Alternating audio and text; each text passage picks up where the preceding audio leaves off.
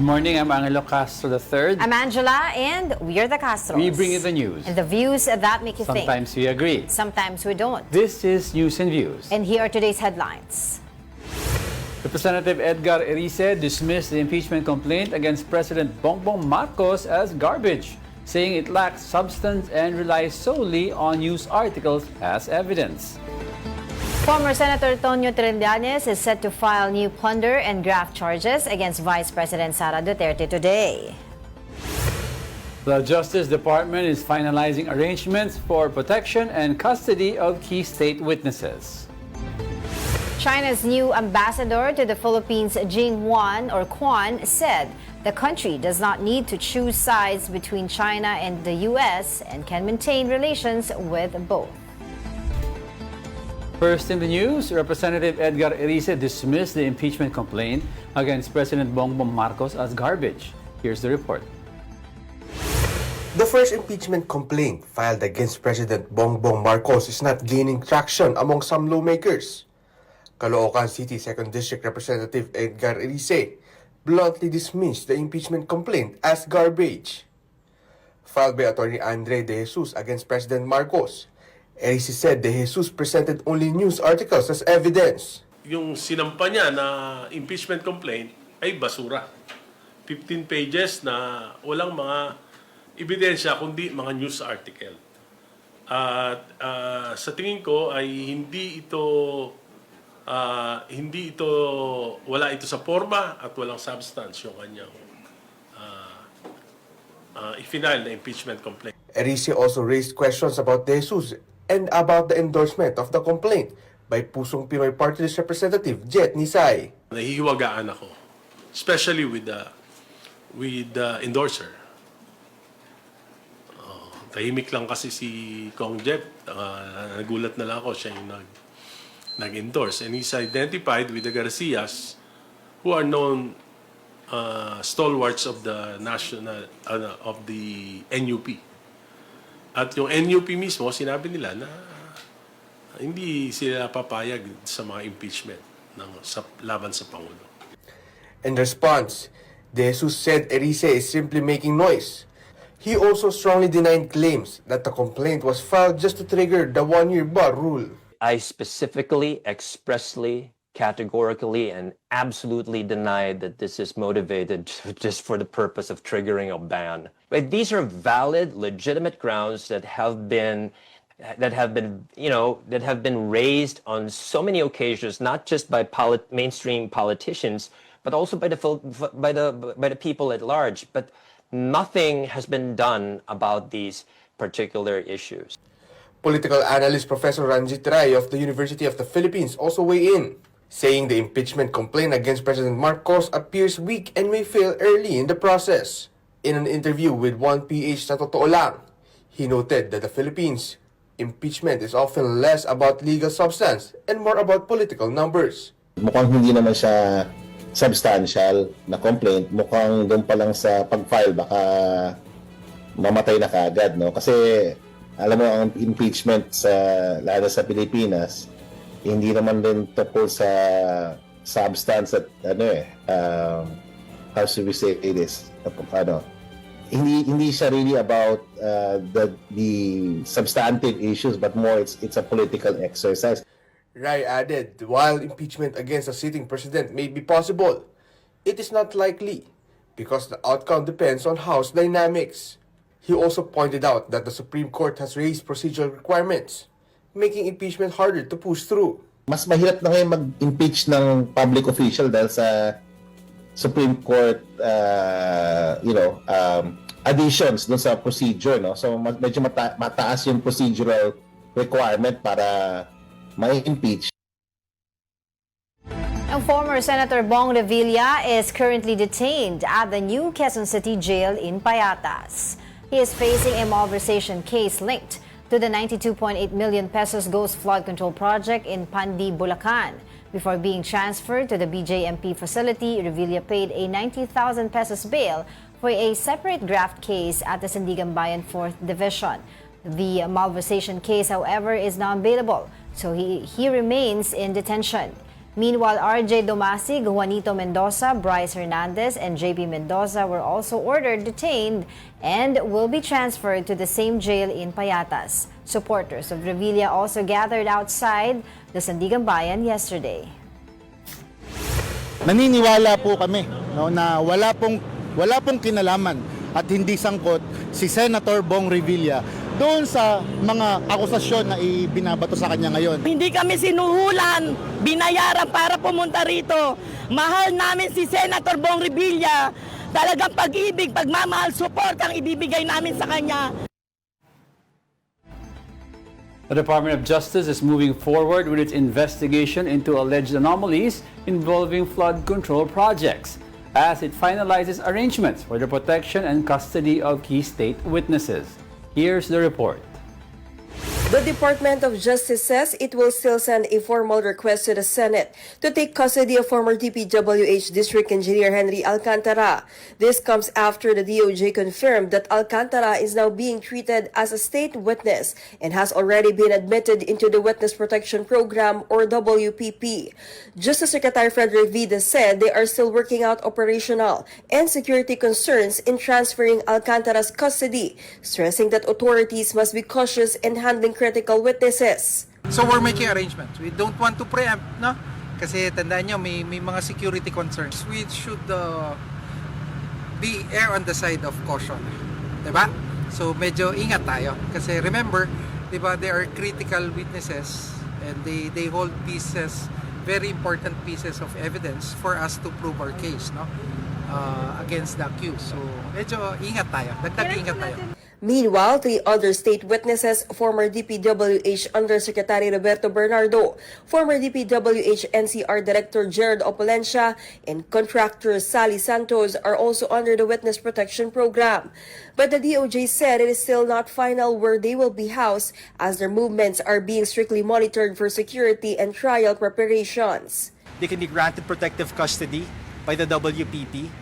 Okay, hindi pa po napapag-usapan kung saan sila i-house. Okay? So right now, they're at liberty to roam and to travel wherever they want. Diba? But of course, yung movement nila is strictly monitored by the WPP dahil kailangan po nila humarap eh. Diba? Kailangan po nila humarap bilang state witness eventually once trial commences. The DOJ also confirmed that the preliminary investigation is ongoing for 6 complaints linked to alleged ghost flood control projects in Bulacan. The complaints include malversation through falsification of public documents, direct bribery, graft, and other offenses. Respondents have until January 26 to submit their counter affidavits. The DOJ also said it expects to issue subpoenas soon in the plunder complaint filed against former DPWH Secretary Manuel Bonoan and Senator Jinggoy Estrada. Bonoan has returned to the country and appeared in a Senate hearing. The DOJ said there is still no whole departure order against him, but with a plunder complaint now filed, authorities say it will no longer be easy for him to leave the country. Alam po natin ngayon na since may kaso na siya na plunder among other charges, then mas strict na po ang pag-monitor ng galaw niya at hindi na po siya basta-basta lang makakapag-exit ng bansa. Categorically speaking po, syempre, his right to travel cannot yet be impaired because wala pang HDO. But I don't think that it would be prudent for him to exit the country, especially knowing the fact that there is a plunder case against him filed with the DOJ already. Okay, so that is the development since yesterday dahil nga sumuko nga itong si former Senator Revilla. Yes. Dahil nga dun sa kanyang kaso, Oo, di ba? filed by bill the sa isa, Bayan. pero yung isa kasi yung plunder or malversation is non-bailable. So, still remains in detention. Malversation. Custody, still remains in Graft custody. yung kanyang binil na 90,000 yesterday, but still, as you said, he remains in the custody sa May Payatas. I was able to talk to Sir Bustaniera ng BJMP and ask about nga yung no VIP treatment na sinasabi nila. And sabi niya, after yung mga booking procedures, yung may mga quarantine pa sila after 7 days, the former senator will be placed sa kulungan with the general population. Oo, tapos parang ang stipend is 100 pesos a day. Yung allowance, Per allowance, meal. For meals. allowance. Meal allowance, that includes daw breakfast, lunch, and dinner, and banana. Kagabi daw nasubukan na yung meal na yan nagpetchay na siya. Kagabi. Pero of course, iba pa rin daw ito doon sa kaso niya na iniimbestigahan ng DOJ, which is the plunder complaint. But before that, joining us now is Attorney Domingo Cayosa, former President of the Integrated Bar of the Philippines or IBP. Magandang umaga po sa inyo. Muli, Attorney, thanks for joining us. Good morning, magandang umaga sa ating mga kababayan. Alright, Attorney, para lang po for the benefit of our viewers, ma-explain lang po natin bakit po ba ang malversation case ay non-bailable siya as compared doon sa graft charges. No? This is also in reference to sa nangyari yesterday that former Senator Revilla was able to post bail on his graft case while nakadetine pa rin po siya ngayon sa jail because of the malversation case naman. Yung bail kasi, depende sa amount yan. Especially sa malversation case, theft, ganyan. Yung bang pagkukuha ng pera na hindi naman sa'yo, paggamit ng pera na hindi sa'yo. So, there was a mandatory law to the revised penal code to increase yung thresholds. So, meron ng bagong taripa o kaya way of computing. So much so that in malversation, if it's for mga theft, ganyan, more than 8 million pesos, hindi na bailable because the impossible penalty would be life imprisonment. So, kasi yan sa laki ng nanakaw mo based on the allegation. So, and that's why dito, hindi bailable. Dati kasi halos lahat ng mga malversation cases bailable kasi ang liit ng mga threshold amounts pinaasan ng Kongreso a few years back. So that's why non-bailable na. Attorney, sorry, go ahead. Pag ang penalty ho kasi, if the impossible penalty of the crime charge is life imprisonment and the evidence is strong, bail is not a matter of right. You have to petition the court and prove that the evidence is not strong. But in the meantime, nakapunta. Right. Attorney, kasi madami rin nagtatanong sa amin and we'd like to get your thoughts on this kasi kayo po ang maalam dito. Why would somebody po post bail sa isang case na bailable kahit may isa pa siyang case na non-bailable, hindi rin siya makakawala? What would it benefit him? Well, not much for practical purposes, but I suppose he's also conscious about public optics kasi politician siya. So, may headline news that he has posted bail and granted temporary liberty dun sa mas maliit na kaso. Positive news yan sa kanya, sa mga kanyang mga supporters. Pangalawa, for practical reasons, it's good that you post bail dun sa mga pwede mag-post bail as a matter of right. Diba? Yung mga small, lesser offenses where the penalty is not life imprisonment.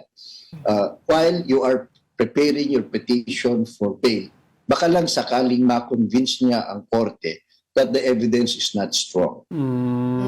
Okay, so former Senator Revilla is also facing plunder complaints before this is being investigated by the DOJ at hindi pa nga po na ipapasa sa ombudsman.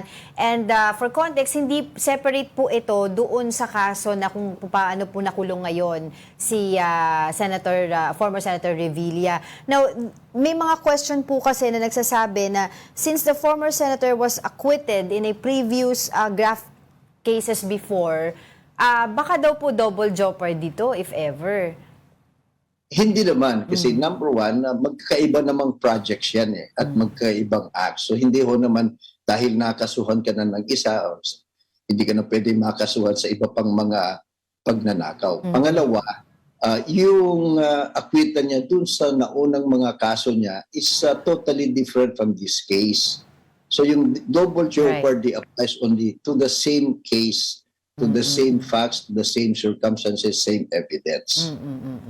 Okay, and Right now, ang kampo po ni former Senator Revilla is I think requesting nga po na ma-detain siya muli sa custodial facility ng PNP. Do you think at this point, with the situation that we have right now, yung mga nangyayari ngayon sa corruption and yung mga VIP treatment na usapin, ay may possibility na mapagbigyan siya muli na ma-detain sa custodial facility just like Being before? a former senator, Attorney Lee? But dapat hindi. Kasi if the only reason is you're a former senator, that's not enough reason. That's not a reason at all. Because we have the principle of equal protection of the laws. So he has to show very clear proof, not because he's a former senator or he's a showbiz star, but under yung kanyang nanganganib ang kanyang security o kaya may sakit siya to be given special treatment. Absent those very convincing and must be proven basis, I don't think the court should grant that, and the government should vigorously oppose it, lalong-lalo na sawang-sawa ng ating taong bayan. Kikitang double standard ang ating justice system, at kung big time yung magnanakaw o napaparatangan, karamihan nakakalusot, yung mga maliliit lang ang nakukulong. Exactly. Pero on his defense, through his legal counsel, ang sinasabi nila ay for his own safety, because if ever malagay nga siya dun sa mahalo siya sa general population, ay yung may mga gang-related activities na sila ay kinatatakutan daw. Napapangiti kayo, Attorney? Well, as practicing lawyers, ginagamit yan ng mga lawyers usually. It's one of yung off-the-shelf mga arguments, but you have to show proof. Because when you say that, ang iyong assumption, hindi ginagawa ng BJMP o ng warden ang kanilang trabaho, at there is criminality inside the jail, which is not the case and should not be the case. So yung mga possibilities na ganyan, hindi sana tinatanggap. Of course, the lawyers would still claim that, but he's no different from any other citizen of this republic under preventive detention. Yun. And Attorney, of course, baka you could also educate us. Usually, kasi now that you've seen the developments, nag-post ng bail sa isa, yung isa wala ng bail, how soon usually does a trial start? Anong mga next steps?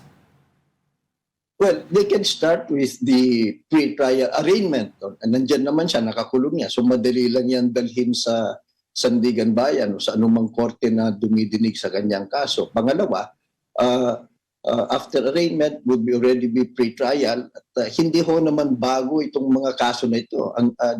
These cases and projects have been vigorously discussed in public. Marami ng aspeto alam natin.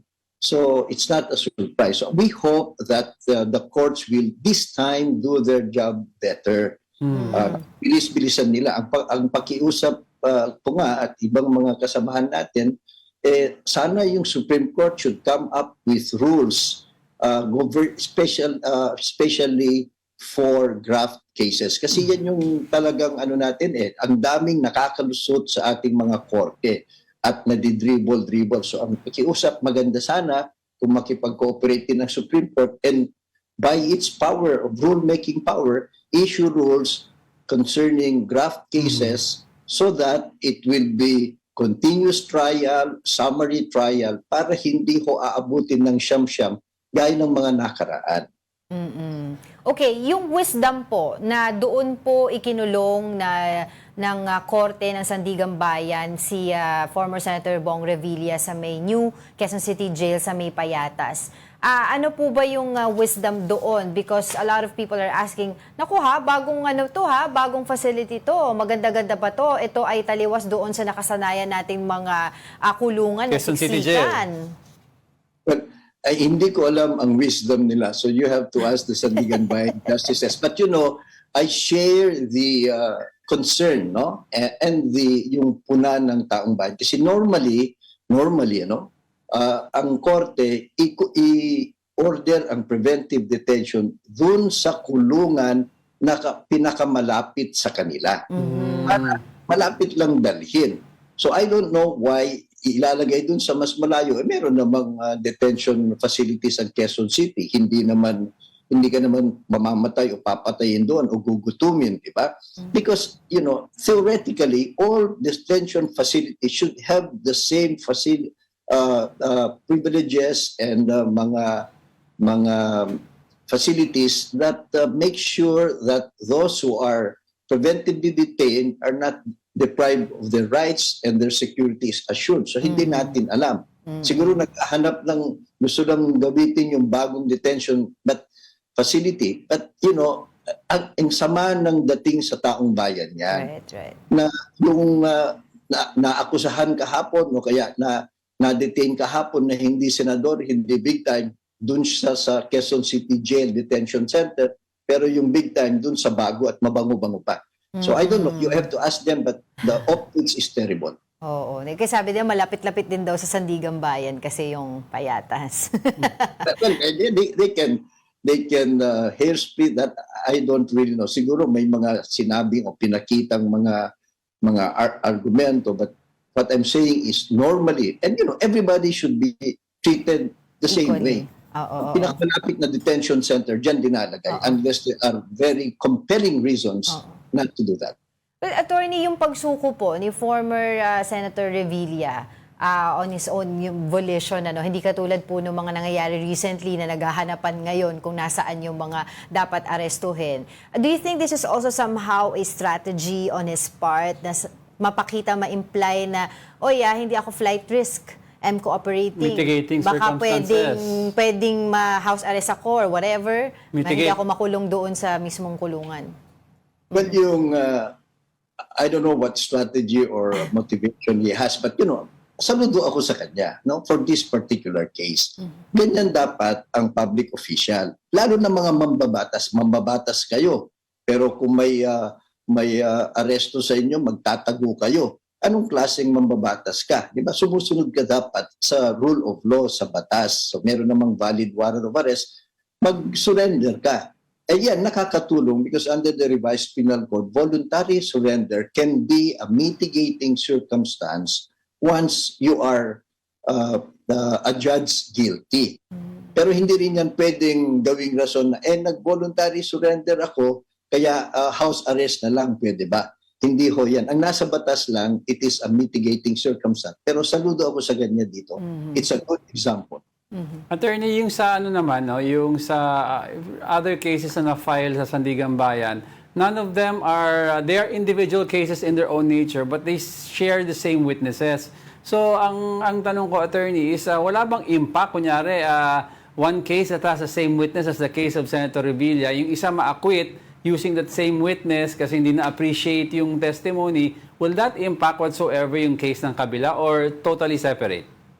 Well, totally separate ang appreciation because the judges or the justices have a delicate and sensitive role of putting together all kinds of evidence. Not only the evidence of the prosecution, but the evidence of the accused. So depende ho rin yan dun sa kanyang mga ihahain na ebidensya in his defense. Secondly, a smart lawyer, of course, will take advantage of inconsistencies kung sakasakaling magkakaiba yung sinasabi sa isang kaso and the same witness will say something else dun sa kabila. So they will try to exploit that and say there is inconsistency, therefore the credibility is very weak. But jurisprudence also and the rules and evidence say that witnesses are not expected to be 100% the same or accurate because human nature, di ba? Depende sa type ng tanong, pagka-appreciate, maaring magkakaiba on some minor aspects. But the material and important points, dapat naman consistent. Okay. Alright, Attorney, taking this opportunity to ask you na rin po regarding the impeachment complaints filed against our President, President Bongbong Marcos. What do you think about it? Have you seen the articles of impeachment? Do you also share the opinion of Congressman Edgar Erice na wala daw ito, a lack of form and substance? Diretso mo na, it's garbage daw. Oo. Well, I'm not prepared to make any judgment na garbage, but from what is published and what, Yeah. the 6 acts comprising the 3 grounds for impeachment, medyo mahina. Kasi some of them can outrightly be dismissed, no? Kagaya nung pag-aresto sa dating presidente, merong basihan naman yan in international law and local laws. Yung failure to veto, a policy judgment yan, a political judgment. Yeah. So, hindi rin yung mga pagkabangag ng presidente, ang sinasabi, yung mga public declarations sa ibang tao, you have to connect it to his functioning as a president, and you have to prove that also. So it's very easy, but we don't trivialize the impeachment. I hope that the Committee on Justice and Congress will look at it seriously, and whatever the decisions, act on it forthwith.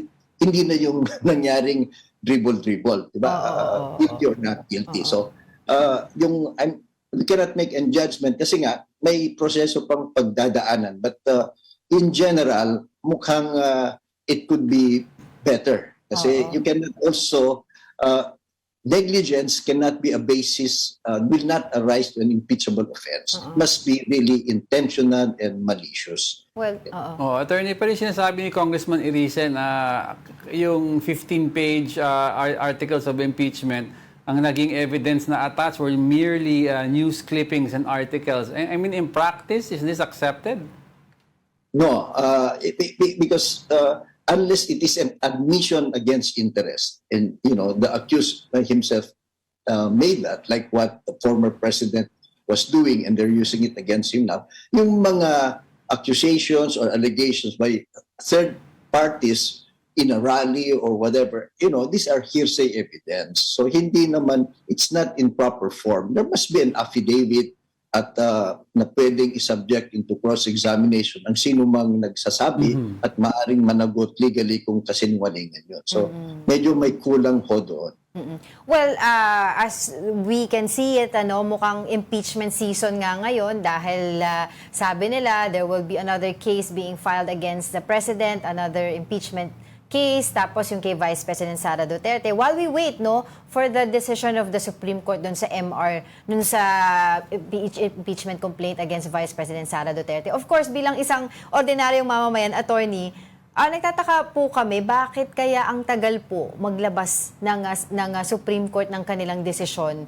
Knowing na ngayon po, medyo, kumbaga, crucial po yung time 'Diba? Na kailangan meron na pong desisyon para makagawa na tayo ng mga dapat gawin, makapagdesisyon na ng mga dapat i-decide. That's a very valid and important point. At kami naman, I've been publicly urging and calling upon the Supreme Court, and I'm joined by many other lawyers, siguro yung iba hindi lang nagsasalita. It is a disservice if the Supreme Court keeps on delaying the decision on the MR.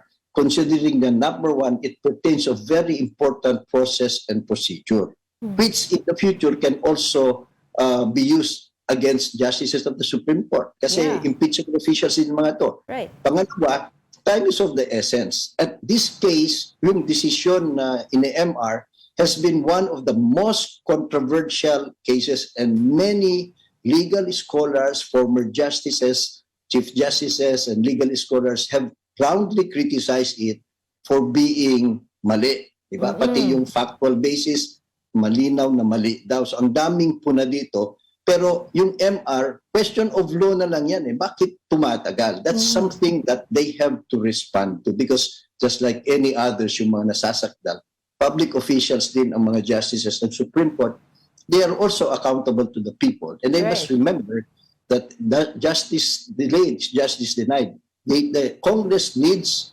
a finality on this para alam nilang gagawin, para hindi na naman aabot sa Supreme Court yung impeachment. That should remain with the legislative branch. Yeah. Gumugulo na kasi yung mga pangyayari ngayon. Pero yung tawag sa... I hope media can help us. Kalampagin natin ang Supreme Court.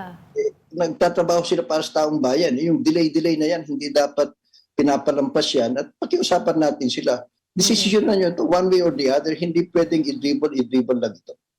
Alright, as always, maraming salamat po sa inyong oras, Attorney Cayosa. sa mga insights po ninyo this morning. We hope to see you again soon. Magandang umaga po sa inyo. Maraming salamat. Good morning. Alright, o yun nga, sabi nila, yung mga ano daw, ang tawag nila doon sa Supreme Gods of Padre Paura. Okay, alright. Hindi sa atin galing yan. Oh, hindi sa atin, sabi lang nila. Alright, we'll be back with more stories after the break. Keep it here on One News.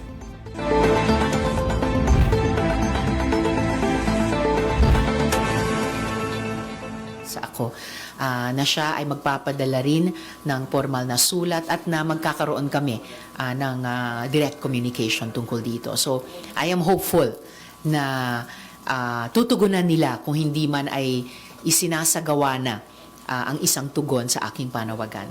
Ano yung possible implication kung walang gawing aksyon yung concerned government agencies natin like the DFA? Oh, I don't think that's an option na pwedeng i-consider ng Philippine government kahit aling branch sa amin. Dahil hindi lamang na may foreign government sa pamamagitan ng kanilang embassy dito na nagkakaroon ng social media and verbal attacks laban sa Philippine officials. Pero yun na nga, ako bilang miyembro ng legislative branch ay nanawagan na sa pinaka-responsible na executive department na pamunuan nila ang isang tugon ng gobyerno sa ganitong unacceptable behavior ng isang foreign embassy sa Pilipinas. How about the President? Dapat po ba siya maglabas din ng statement dito, ma'am? Well, nasa sa kanila yon. Pwede silang maglabas ng statement. It would be consistent dun sa kanilang pagpihit sa dating foreign policy na halos exclusively nakatutok lamang sa Beijing papunta sa isang mas malawak na alyansa ng mga like-minded nations. So hindi lang bumabalik sa traditional alliance sa Washington, pero nagre-reach out at tumatanggap ng suporta sa mas maraming mga bansa na naniniwala sa rule of law at sea, naniniwala sa mapayapang conflict resolution at conflict prevention, naniniwala at kampi sa atin sa ating tagumpay sa Hague Tribunal, no, vis-a-vis China at yung kanya ngayong isinaisang tabing 9-dash line. Any related question? Wala na. Ma'am, may nakita akong picture na pinost ni dating Senator Antonio Trillanes, meeting nyo with Senator Laila de Lima, sino pa ba mga kasama? Si Lacson ba yun? Alex Lacson. Alex Lacson. Ano po yung naging agenda ng meeting ninyo? Hindi po yun meeting, kaya wala pong agenda.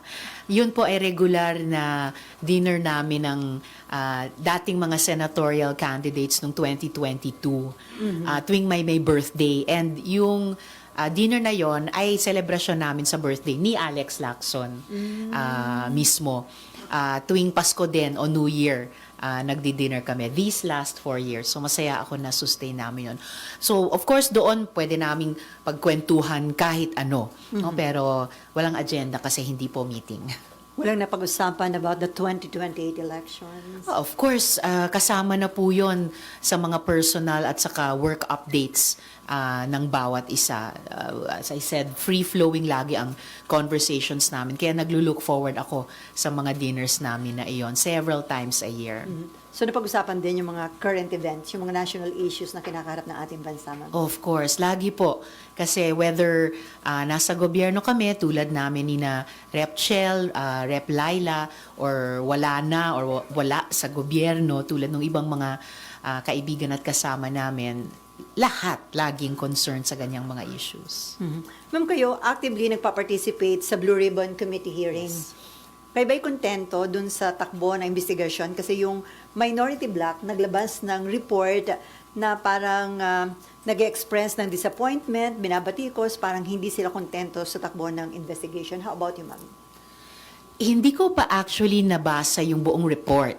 Okay, that's one. And definitely, si Blue Ribbon Chair, Senator Ping, ay kayang-kayang at substantively ma-address yung anumang issues tungkol sa pagkondukta ng hearings ng Blue Ribbon na I have been very satisfied to participate in and will continue to participate sa mga hearings na ito. Pero ubra po ba yon na wala pang report yung Mother Committee pero may nauna na report yung minority or may mali po sa proseso ngayon?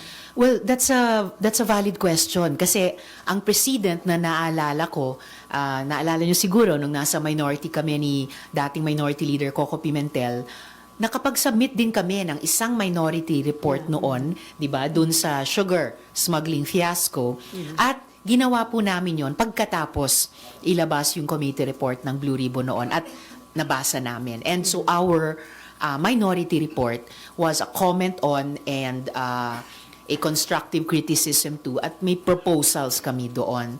So, nung panahong iyon, pinayagan ng Blue Ribbon Committee i-attach yung aming minority report dun sa committee report ng Blue Ribbon. Okay, so pwedeng meron kayong kontra committee report ang minority, pero kung nakapag-submit na ng committee report yung mother committee. Yun yung naging precedent namin ni dating Senator Coco noon at nung panahong iyon, tinanggap at inattach ng Blue Ribbon. Okay, Mean? Ma'am, ang sinasabi kasi ng ilang mga taga-minorya, bitin na bitin daw po yung hearing ng Blue Ribbon. For example, pinatawag yung dalawang staff doon sa may 30 Tamarin po na sinasabing may kaugnayan yung si Diskaya kay Romualdez. May mga ganun daw, and for example, coordinates na parang ang haba daw ng oras for that, samantalang na-establish na before. May ganun din po bang feeling kayo na may mga pagkukulang sa pagdinig po? O you're very satisfied with how it is being conducted? So far, I'm satisfied at dahil alam kong magpapatuloy siya. Hindi pa siya na-adjourn, magtatawag pa ng susunod na hearing. And for sure, I will also follow up certain issues na hindi pa kompletong nasagot ng mga resource persons. Yung coordinates, nakaka-frustrate talaga yung issue iyan. Kasi unacceptable sabihin na anyway, yung coordinates ay in the same area generally nung proyekto. Hindi, kaya nga coordinates dapat precise, dapat accurate. Alam yan ng lahat ng inhinyero. And I'm not even an engineer, pero alam ko yan.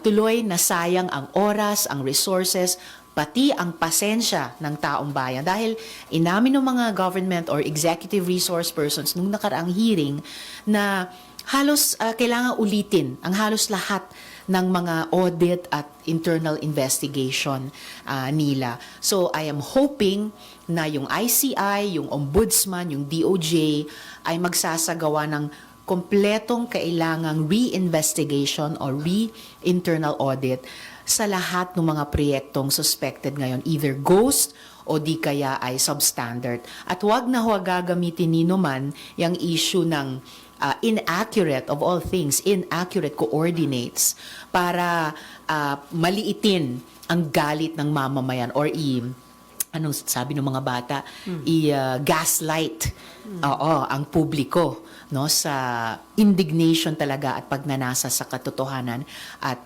hustisya. Yung dalawang resource persons na in-excuse na nung hearing.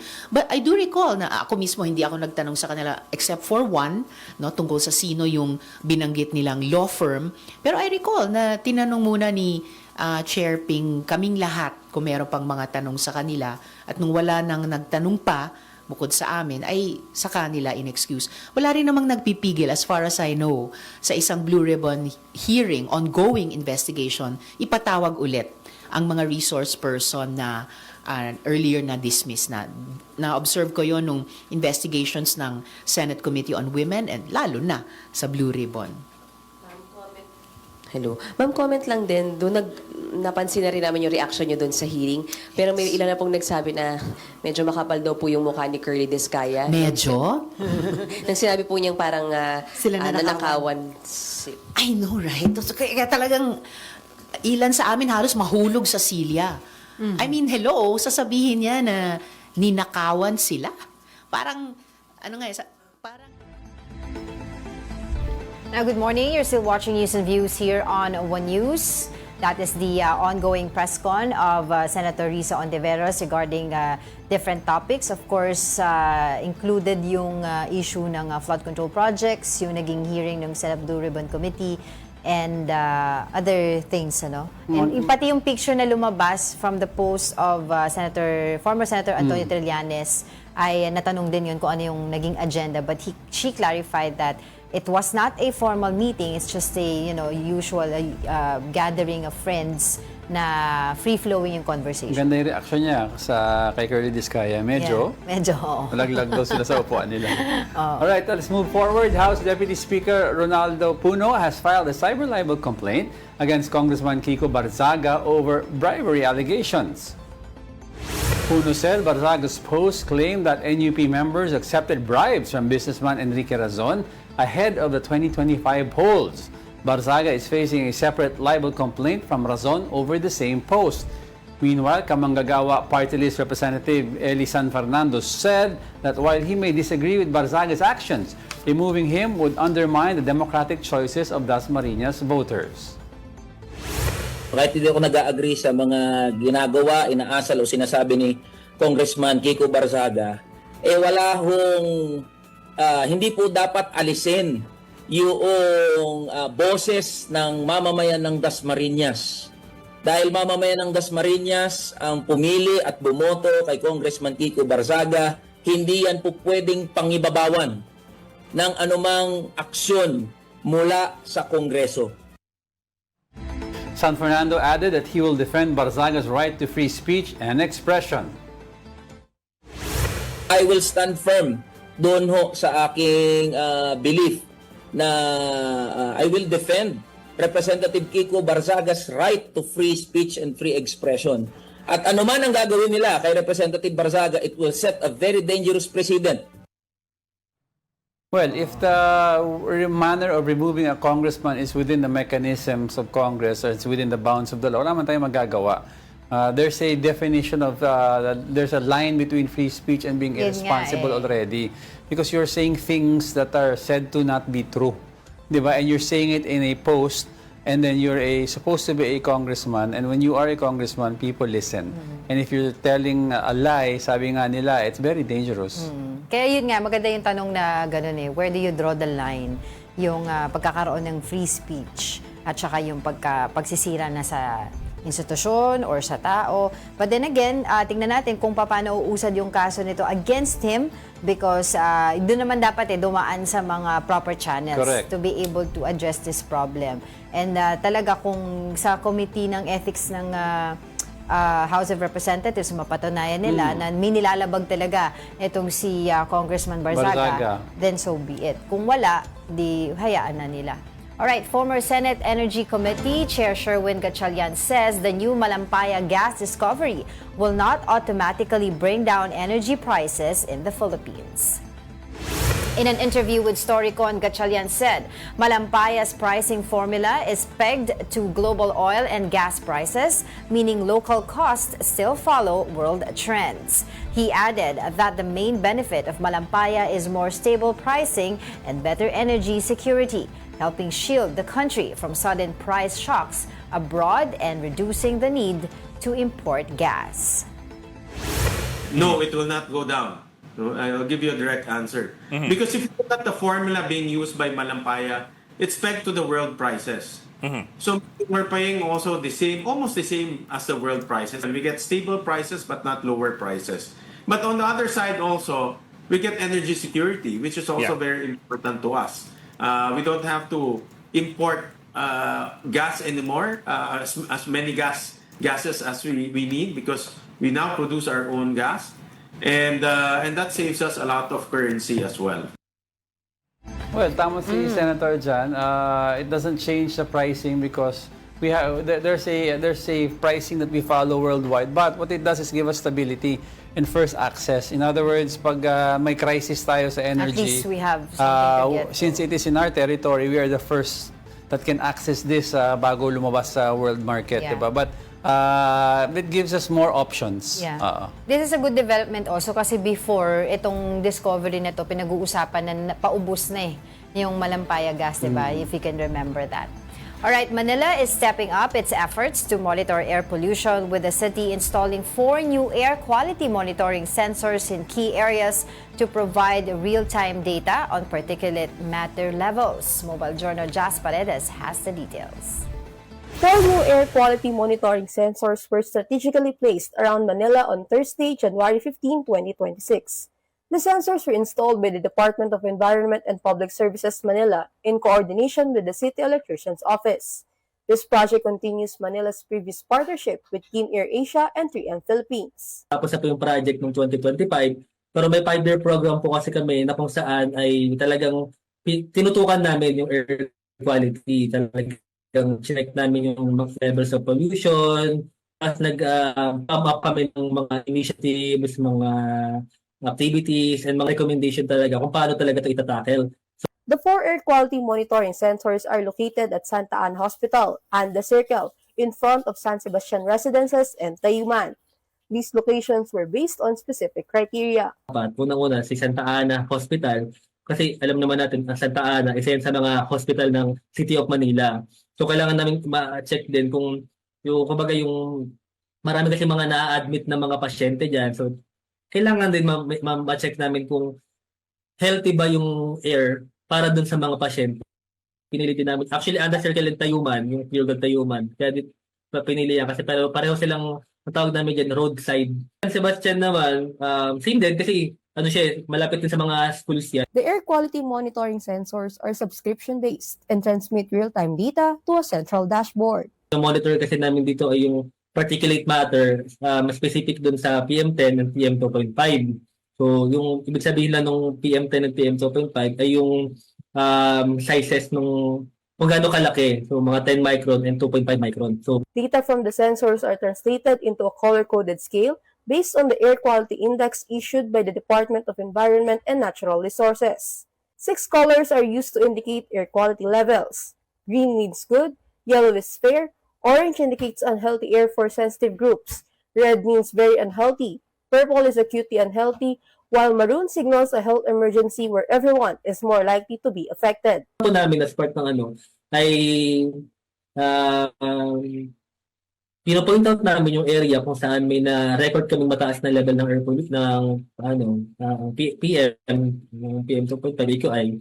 Tapos ay meron kaming tao on the ground na i-check namin kung napapuntahan yung area. Investigahan talaga namin kung yung reason ba ng pagtaas ng AQI sa area na yun ay cause for worry or baka mamaya yun nga may reason naman talaga. So yun yung mga inano namin kasi talagang iniiwasan namin talaga na mag-cause naman ng panic. The air quality sensors are part of the city's initiative to promote a clean, safe, and sustainable environment for all Manleños. The data gathered will also serve as key basis for environmental assessments. The city aims to install more air quality monitoring sensors across all zones of Manila. Kapatid Jas Paredes, we are One News. Don't go away because we're not done yet. Stay with us.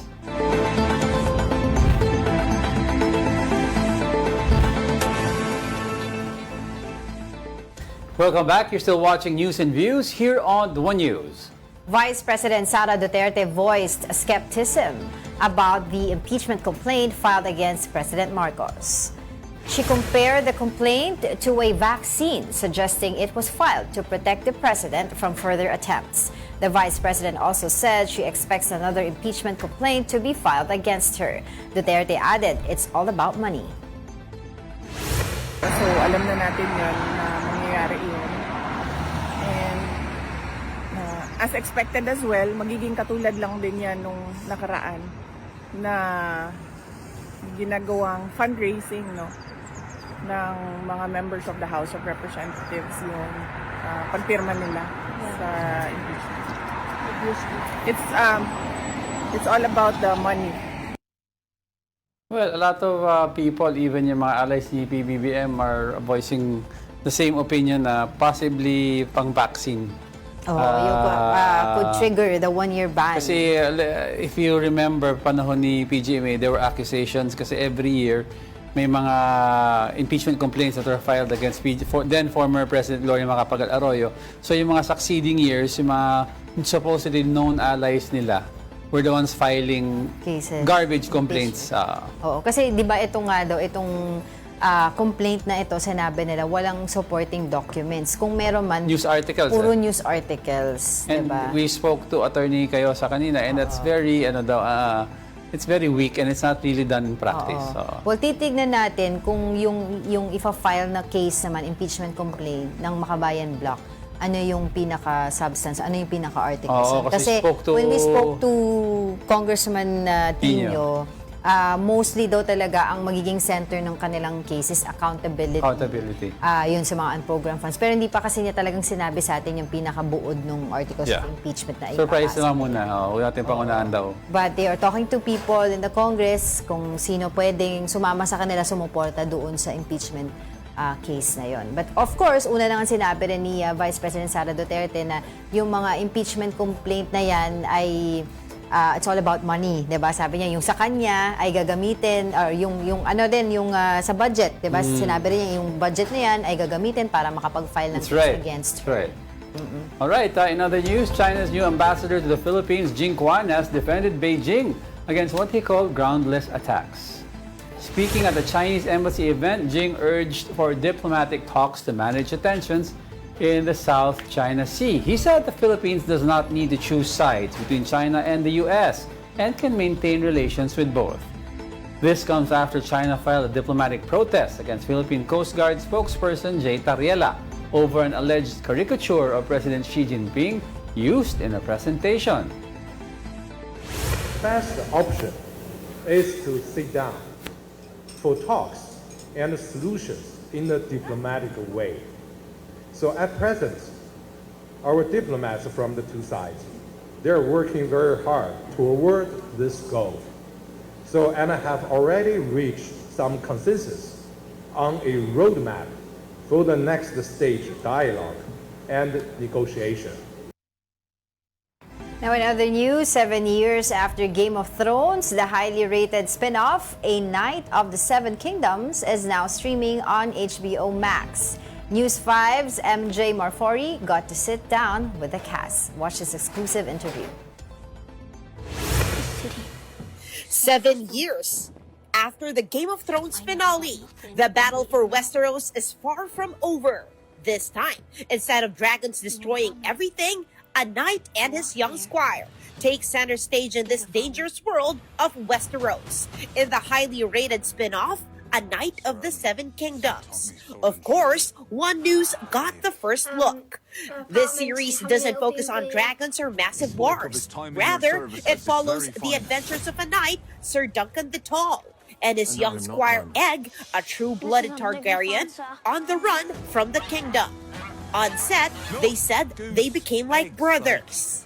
We had 2 months of prep before we started filming, and then we were just hanging out together. We got to meet each other every time we were like horse riding, and I was a massive Game of Thrones fan before this, so to be any part of it, never mind like the friggin' lead of it, was just a dream come true. We bounce off each other in that, and the way he acts on the day, it affects my acting, and personally I think it makes it better. Like a big brother. Yeah. Known for their blonde hair, the Targaryens are iconic. So Dexter made headlines when he shaved his head to fit his role as Egg. Literally, to make his head look like an egg. Dexter also said it's great to see the story from the perspective of ordinary Westerosi. A different journey, a different trip. Usually you see all the highborn people and all the amazing people, but you don't realize what's happening at this place. While Game of Thrones episodes are over an hour long, A Knight of the Seven Kingdoms is short and sweet, just over 30 minutes per episode. Based on the stories of George R.R. Martin, the events happen almost 100 years before Game of Thrones. The series is available now on HBO Max. Kapatid MJ Marfori, we are One News. 100 years before Game of Thrones. Yung isa, yung House of Dragons. How many years before Game of Thrones yun? Ay, thousands of years. Hundreds din yun. So, thousands and hundreds. Before Game of Thrones. Story nino to? Ito, yung Knight of the Seven Kingdoms. I mean, sabi mo Lannister or something? Ay, hindi si Lannister, pero yung ano ni Lannister, yung trabaho niya before, di ba?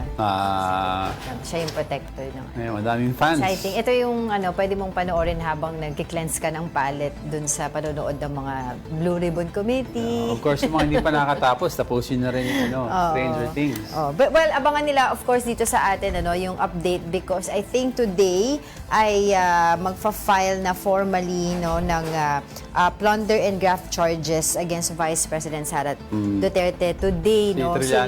Former Senator Anton Trillanes and other civil society groups. Alright, and that wraps up today's episode of News and Views. Join us again tomorrow. I'm Angela Lagunsad Castro. I'm Angelo Castro III. Kapatid, we are one you. All sides, all the time.